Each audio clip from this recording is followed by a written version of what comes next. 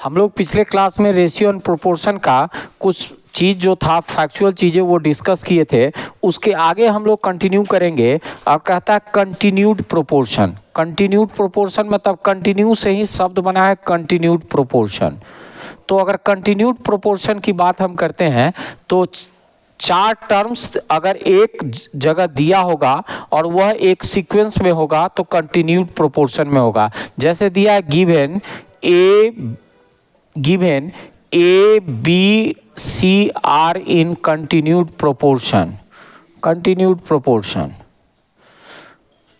Proportion तब इसकी बात करते हैं। अगर ये कंटिन्यूड प्रोपोर्शन में दिया है तो निश्चित तौर पे अगर हम बात करते हैं तो ए के साथ बी का वही संबंध होगा जो बी के साथ सी का संबंध होगा।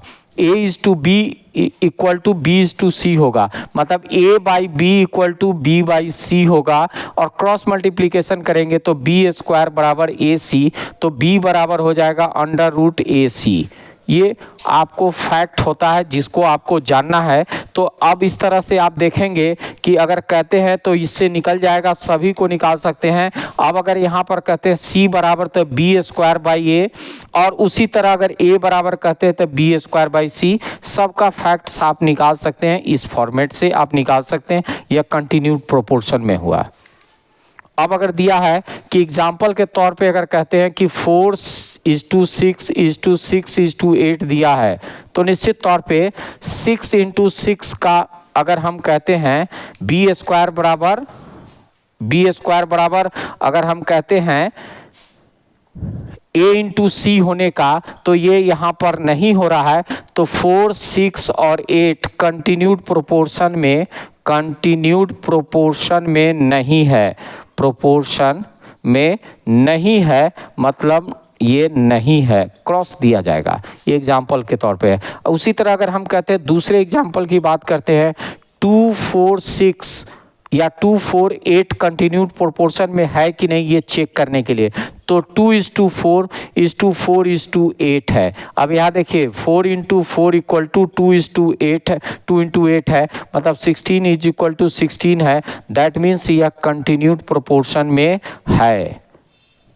यस, ये समझने की बात है कि अगर A इज टू बी और B इज टू सी का रिलेशन बराबर के तौर पे होगा तो यह कंटिन्यूड प्रोपोर्शन में होगा निश्चित तौर पे। अब कहता है मीन प्रोपोर्शनल। इसके बाद हम लोग पढ़ेंगे मीन प्रोपोर्शनल।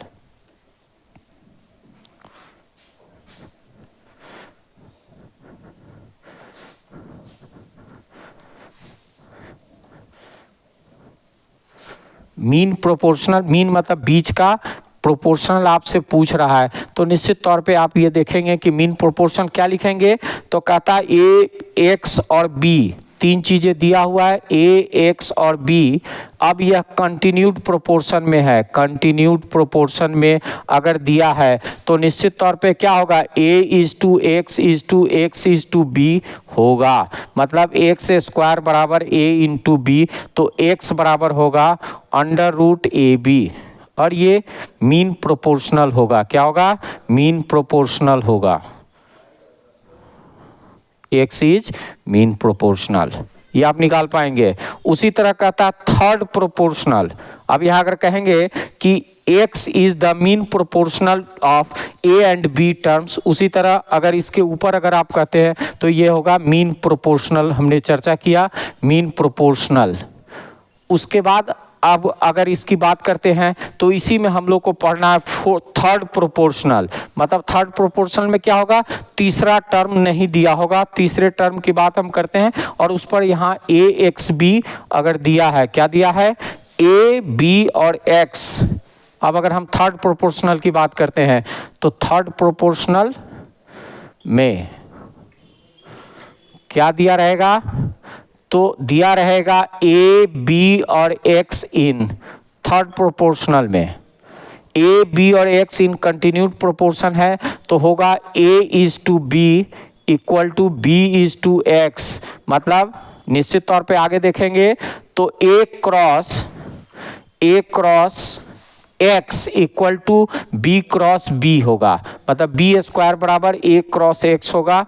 यहाँ पर देखिए ए क्रॉस एक्स बराबर बी इंटू बी होगा, मतलब बी स्क्वायर बराबर ए एक्स होगा, तो एक्स बराबर बी स्क्वायर बाई ए हो जाएगा। ये होगा थर्ड प्रोपोर्शनल, थर्ड प्रोपोर्शनल ये होगा। उसी तरह आप देखें कि थर्ड के बाद अगर आप देखते हैं तो फोर्थ प्रोपोर्शनल होगा, मतलब चौथे की बात होगी फोर्थ प्रोपोर्शनल। फोर्थ प्रोपोर्शनल की बात अगर करते हैं तो यहां लिखिए फोर्थ प्रोपोर्शनल क्या हो जाएगा, ए बी सी और एक्स कंटिन्यूड प्रोपोर्शन में है, तब फोर्थ प्रोपोर्शनल कैसे निकलेगा, तो यहां देखिए ए क्रॉस एक्स बराबर बी क्रॉस सी होगा। A cross X equal to B cross C होगा, मतलब एक्स बराबर B cross C by A, और यह फोर्थ प्रोपोर्शनल होगा, प्रोपोर्शनल होगा। तो आप देख रहे हैं कि इस तरह से थर्ड प्रोपोर्शनल मीन प्रोपोर्शनल निकला। अब कुछ फैक्ट्स होता है जिसमें आप पढ़ते हैं रेशियो प्रोपोर्शन में, इन्वर्टेंडो, अल्टरनेंडो, कंपोनेंडो, डिविडेंडो, ये सब आप पढ़ते हैं, उस पर हम लोग चर्चा करते हैं। तो देखिए इसके बाद अगर कुछ फैक्ट्स है वो जानना है तो उसमें हम लोग पढ़ेंगे इन्वर्टेंडो। इन्वर्ट मतलब उलटना, किसी भी चीज के बारे में उलट के अगर कोई बात कही जाती है तो वो इन्वर्टेंडो होता है। इन्वर्टेंडो, इन्वर्टेंडो इन्वर्ट करने से बना है, इन्वर्ट करना मतलब रेसिप्रोकल, इन्वर्ट का मतलब reciprocal. If given a is to b is to c is to d, if given a is to b is to c is to d given है, then always by using invertendo, invertendo हम ये कह सकते हैं कि b is to a, b is to a is to d is to c correct होगा, ये सही होगा, ये इन्वर्टेंडो है। अब उसी तरह अल्टरनेंडो की बात अगर करते हैं, अल्टरनेंडो क्या हो जाएगा, एक को छोड़ के दूसरा को लेना, उसे कहते हैं अल्टरनेंडो। अगर हम बात करते हैं अल्टरनेंडो की बात तो ये एक को छोड़ के स्किप करते हुए अल्टरनेंडो,